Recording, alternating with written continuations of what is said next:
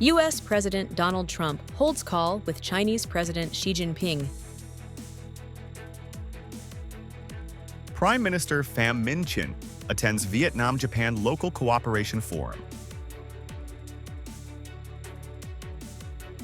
Truckloads of solidarity and affection. Hello everyone, you're watching today's news on TV channel. My name is Đăng. Let's get started.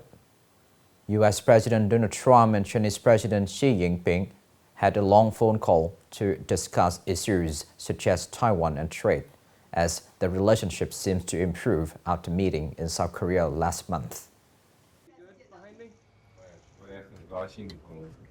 Hours after the call on November 24th, the U.S. President Donald Trump hailed the two countries' extremely strong relationship, announcing that he and President Xi Jinping discussed the war in Ukraine, fentanyl trafficking. The phone call also coincided with the Donald Trump administration's latest push to end the war in Ukraine. China has positioned itself as a neutral party in the conflict. President Xi Jinping said he supported all efforts that are conducive to peace, expressing hope that the crisis be resolved at its root. Mr. Donald Trump had accepted an invitation to visit China in April 2026. He said that President Xi Jinping will visit the U.S. later this year. The conversation came nearly 1 month after the two men met in person in the South Korean city of Busan as a trade war between the two countries rocked international markets. On November 24th, Ukraine's top lawmakers and President Volodymyr Zelensky set strict limits for any peace deal with Russia, warning that Moscow wants to make its control over Ukrainian territories seem legitimate. Chairman of the Ukrainian Parliament, Mr. Ruslan Stefanchuk, made a statement at the Crimea Platform Summit in Stockholm that Ukraine will not agree to any legal recognition of Russia's occupation, any limits on its defense forces. He said that EU and NATO membership must be part of Ukraine's security guarantees. The remarks came as Ukrainian, US, and European officials wrapped up intensive talks in Geneva, where Kyiv and Washington said they had drafted a refined peace framework and made major progress toward a potential deal. The push comes as US President Donald Trump has pressed hard for a settlement based on a 28-point plan to end the Russia-Ukraine conflict. On the morning of November 25th in Quảng Ninh, Prime Minister Pham attended the Vietnam-Japan Local Cooperation Forum, which focused on comprehensive development partnership, creating a sustainable future. Speaking at the forum, the Prime Minister Pham called on Japanese localities and businesses to continue to trust and commit to Vietnam in its development process, and to constantly contribute to the prosperity of both nations, as well as the Vietnam-Japan Comprehensive Strategic Partnership. Prime Minister Pham emphasized that, with a historical foundation of over 1,300 years of people-to-people exchange and more than half a century of established diplomatic relations, Vietnam and Japan have together cultivated a relationship of friendship and cooperation that is increasingly trustworthy, comprehensive, substantive, and effective. To date, Japan has become Vietnam's leading important economic cooperation partner. The first Vietnam-Japan Local Cooperation Forum aims to concretize the agreement between Prime Minister Pham and former Japanese Prime Minister Ishiba Shigeru, and promote direct cooperation between the localities of the two countries. Coming up next are some related news.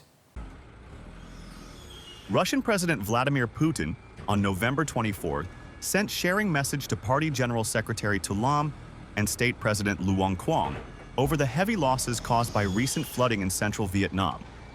In his messages, the Russian president emphasized the severity of the situation in the central region and extended his sympathies and support to the families and friends of the victims, along with wishes for a swift recovery for all those affected by the natural disaster.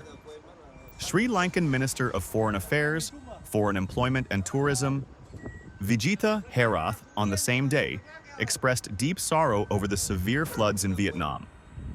The statement reflects Sri Lanka's support and solidarity with Vietnam during this challenging time.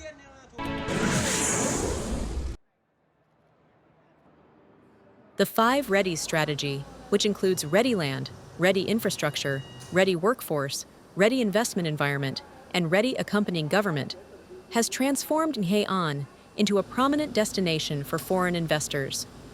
To date, Nghe An has attracted 63 new investment projects with a total registered capital of nearly 13,760 billion VND. This impressive figure affirms the strong recovery of Nghe An province's investment environment. In particular, the attraction of foreign direct investment, FDI, continues to record outstanding results. Looking ahead to the 2025-2030 period, Nghe An aims to establish 8 or 10 new industrial parks with an area of approximately 3,000 hectares and attract 5 to 6 billion USD in FDI capital, focusing on high technology, clean production, and innovation.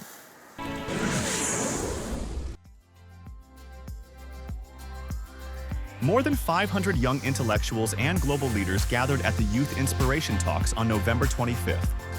This is the opening activity of the Autumn Economic Forum 2025, where young people, young intellectuals, and global leaders meet, discuss, and share their vision for a future in the digital age and sustainable development. The forum, co-organized by the Ho Chi Minh City People's Committee, the Center for the Fourth Industrial Revolution, and the World Economic Forum, took place over 3 days with a series of diverse activities. November 25th opened with a youth inspiration session and the CEO T-Connect 500 program. November 26th is the plenary session. November 27th ended with a visit to businesses, innovation centers, investment connection events, and cultural exchanges.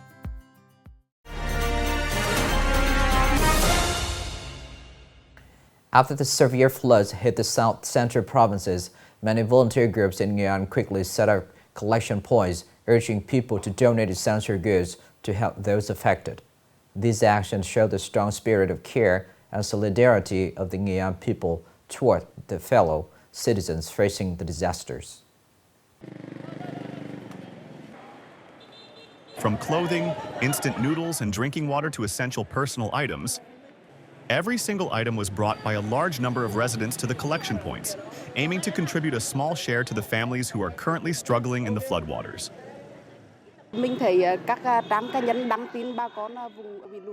In recent days, I have seen that the spirit of the Nghe An people is very enthusiastic and full of mutual affection. From the generosity of the people of Nghe An, shipments expressing warm solidarity are being urgently delivered to the flood-affected communities in the South Central provinces. I also want to contribute a small part to support the flood-affected residents. I hope that the people in the flooded areas will overcome their difficulties and their lives can return to normal. Along with the support from the general public, the volunteer teams have organized numerous relief delegations to travel directly into the heart of the flood zone. They travel by boat and canoe to personally deliver essential items to the isolated households.